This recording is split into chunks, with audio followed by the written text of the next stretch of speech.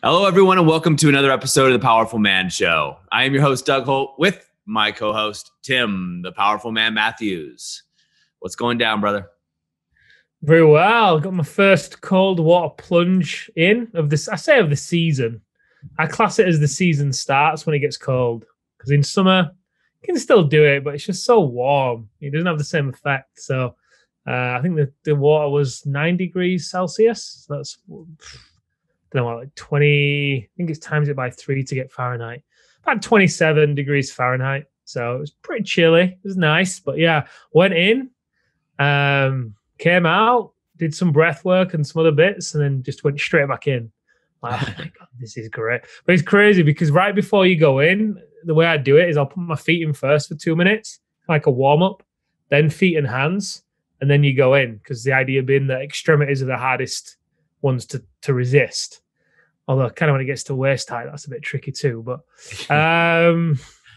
so yeah, when I put my feet in, I'm like, oh, this is cold. This is freezing. And I'm like watching my mind, and I'm like, chill out. But those first 2 minutes were, yeah, they were tough. It's always my nuts and my hands. My feet, I'm usually pretty good with. Like, you just got to get in, right? Yeah. But my hands, once I get my arms down, like that's the hardest one for me. That's when it really hits. And get your last bit of your shoulders under as well. Yeah. But it was great. I mean, I felt so alive all day. And do you know what? I've been meaning to do it for a few weeks. And, we had some conversations around morning routines, didn't we? I think last week, just personally, which were great. So I just went there this morning. But yeah, I went a couple of weeks ago, but I didn't get to go in because the water was too wild. But yeah, I mean, it's just mindset. It's like a muscle, right? Even when you're doing cold showers, it just doesn't come anywhere near like the actual real thing. It's just, so it was great. Nice little win. Let's get going. Nice. I wonder how many guys listening to this have a river on their property or a lake on their property that they're able to go into. That's always what I thought would be the best. You hear about people. I know one guy who's got a river that runs through his property, and he walks out there in the morning, and kind of what he did is he dug in basically a little pool on the side of the river, right? Mm-hmm. So the river actually flows into that. He's got rocks around it. And so whenever he wants to, he walk out there and just dive right in. That's amazing. Yeah, it is. Yeah, people walking by me this morning like, are you going in? Everyone's like wrapped up in the winter clothes. Are you going in there? Like, yeah.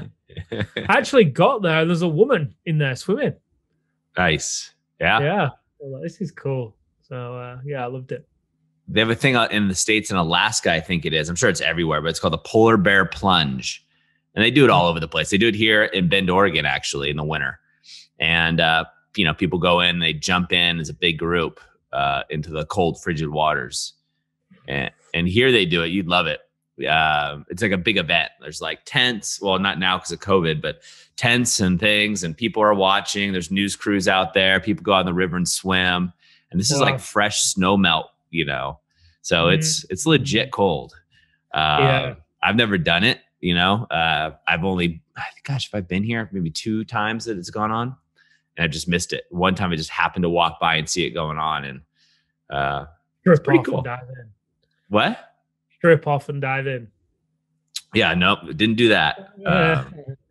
In Ireland, I went in Ireland a few years ago when my sister lived there over Christmas.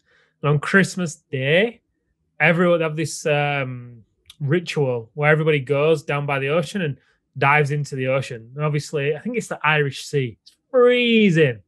Back then anyway, a few years ago, I thought it was like the coldest thing. The news crews are down there, like hundreds of people from the village, which was cool to see. But yeah, it's crazy looking back. Like, my mindset around it now compared to then is just, I thought that was torture back then, whereas now I think, oh, that's bliss. All perception, right? Perception is your reality. What you perceive is your truth. Mm-hmm. And on that note, there's something I want to discuss with you. So, as you know, we've been doing the Powerful Marriage Reset, and maybe some of the listeners have been involved, which is, kudos to you guys if you have been involved, because there've been guys taking some serious action in there and getting some great results, which is awesome. But anyway, it's now come to the time for that to finish, right?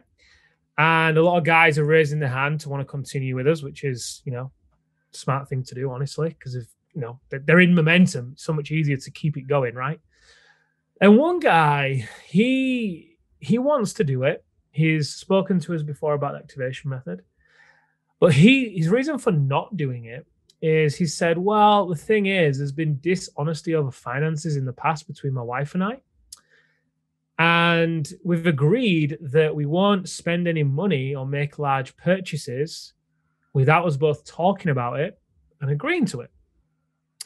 And he says, although I want to do this, my wife doesn't agree with me spending the money on this. So, I'm just not going to be able to do it.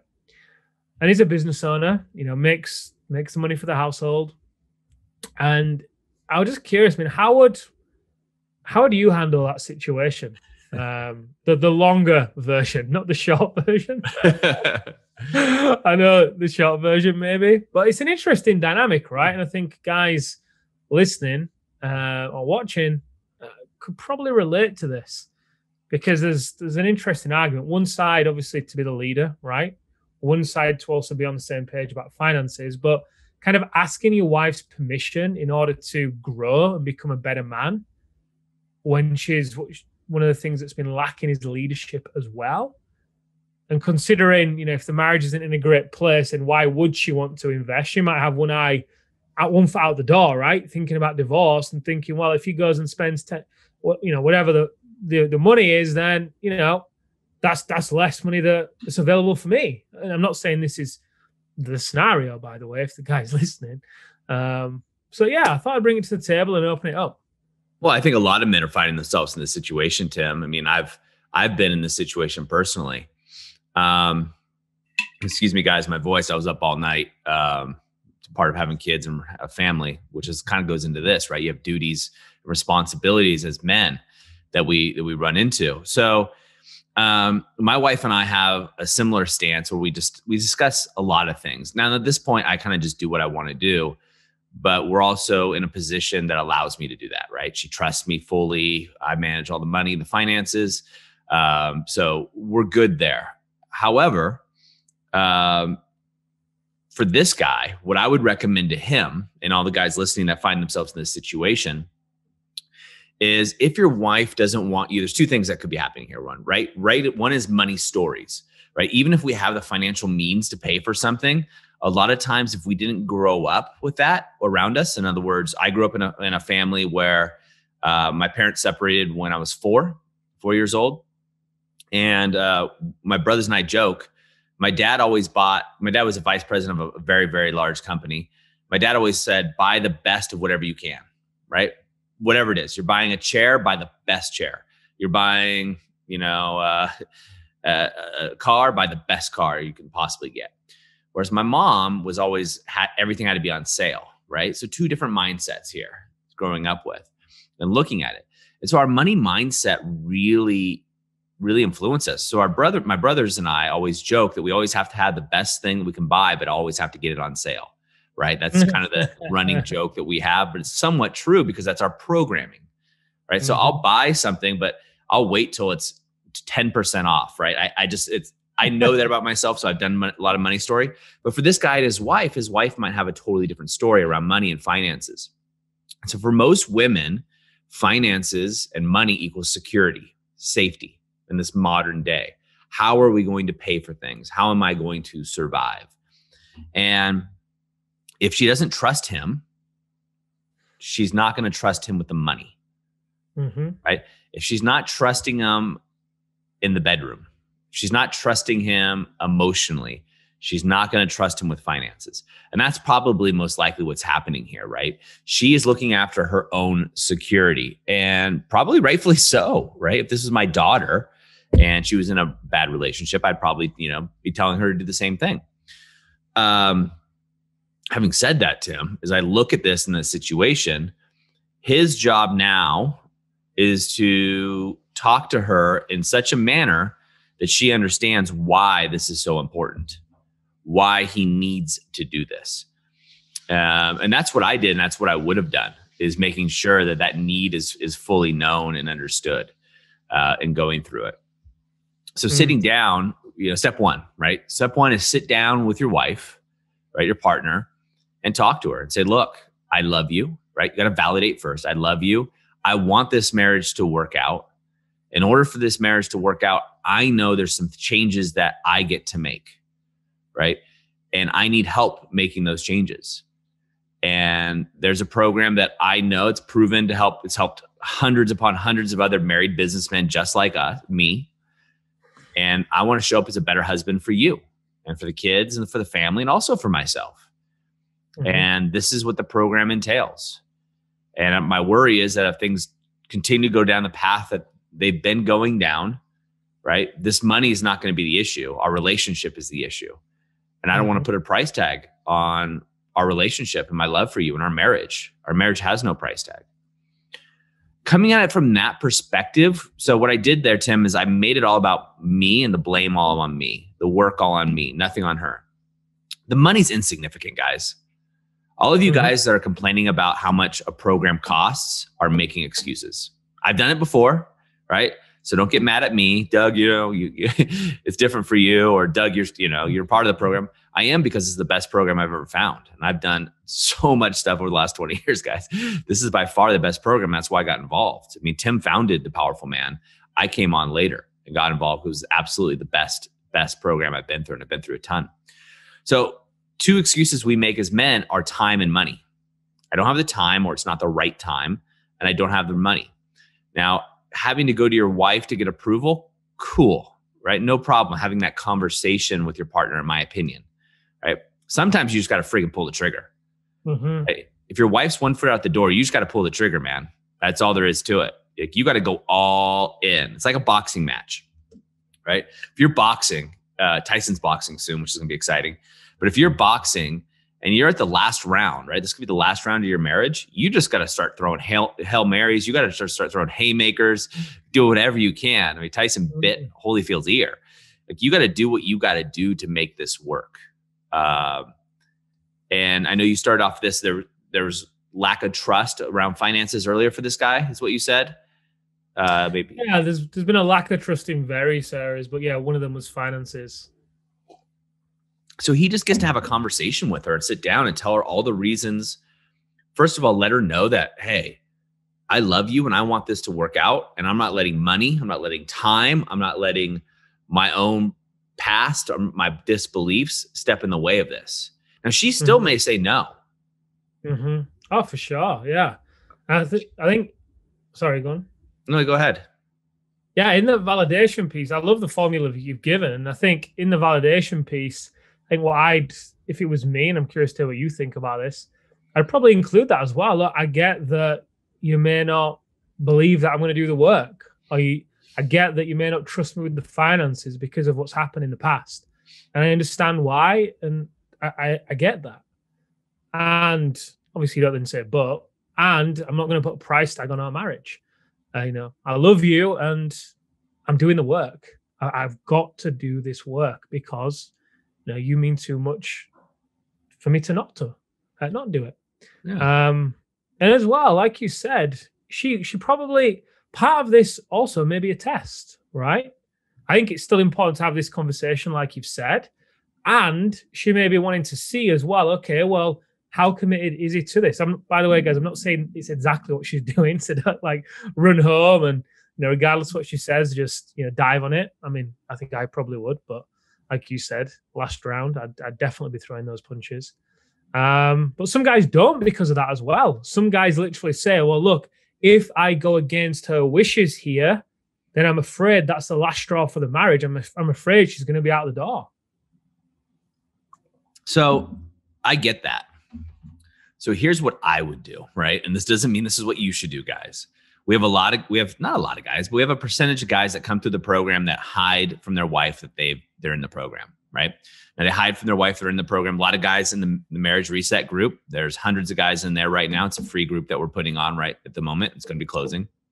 But a lot of those guys, didn't want to tell their wife to see how it worked. And their wives were freaked out because it works so well, right? Which is great. It's what we want. So, there are guys that go through the program and just don't tell their wife. In fact, one guy mailed cash, right, to it, which is funny. He's a great guy, and he's progressed onto the Brotherhood. An amazing man, which is our more advanced mastermind group, because he's had such. I'm just on that point, guy. Doug, before we move on, that guy's gone and turned everything around now as well, to the point where he's got businesses streamlined, sold some businesses.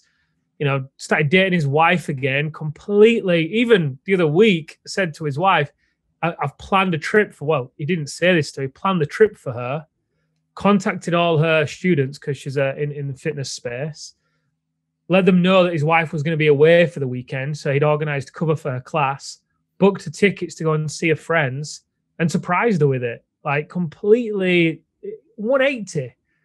And part of it, has come from the action that he took here. Yeah. And he's done so much more. I mean, anyway, we should do a case study on him, because he went from being scared. Anyway, we'll talk about him another time. But point is, he kind of ties into this, right? So what I would do, I lost my train of thought, slept, guys. But what I would do in this situation, personally, is I would sit down with my wife and have that conversation and say, look, this is a need for me, right? This is not me getting an ice bath or the next cool thing that I see coming in, right, in my sphere, right? Because don't we do that, guys? We buy gadgets, we buy all kinds of crap. At least I do from time to time. And letting her know that you're working on yourself, the core values of yourself, the core values. Because what she's concerned about are a couple things, right? She's going to be concerned about the money. If she's got one foot out, she's seeing that as 50% of her money, right? So that's something to consider. And that's another warning sign that you better step on the gas quickly, right? And get through the program, because you need it more than you probably know. The second consideration is, are you going to be changing? Why are you taking this course, this class, right? To be changing. And the key here is letting her know that you see things in yourself that don't meet your standards, right? The way I address this, and who's not going to like to hear this, right?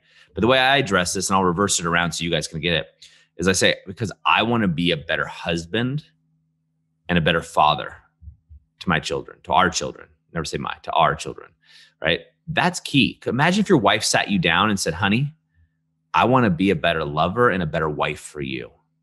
You'd be like, cool, what do you want? Right? Yeah. Because that's what we want from her, right? But she wants the same for you.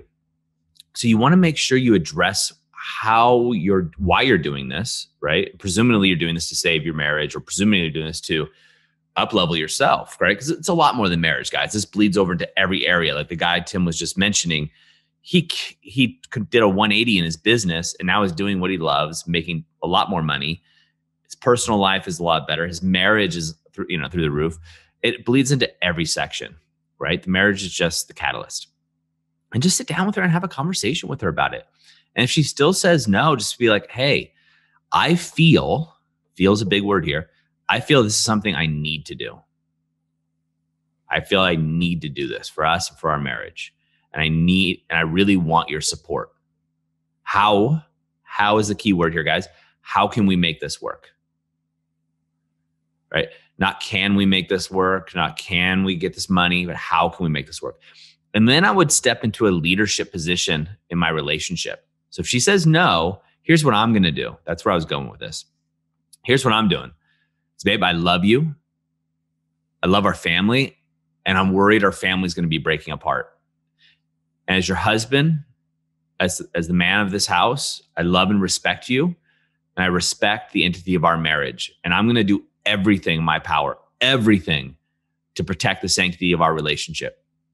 And right now, I believe in my heart of hearts, it's starting with this program. You may still meet resistance, but you got to take a stand, guys. Mm-hmm. At some point, you got to take a stand.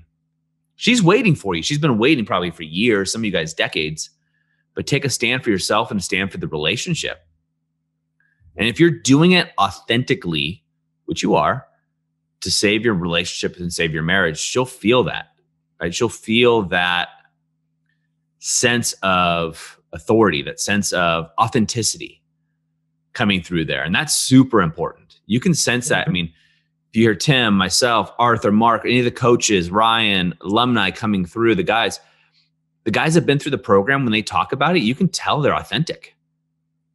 They're not being paid to talk about it. These are business leaders who don't want to be in camera, who are saying, screw it, I'm going to do it, be on camera, even though I don't want to per se, but I need to, because I wish somebody would have told me earlier.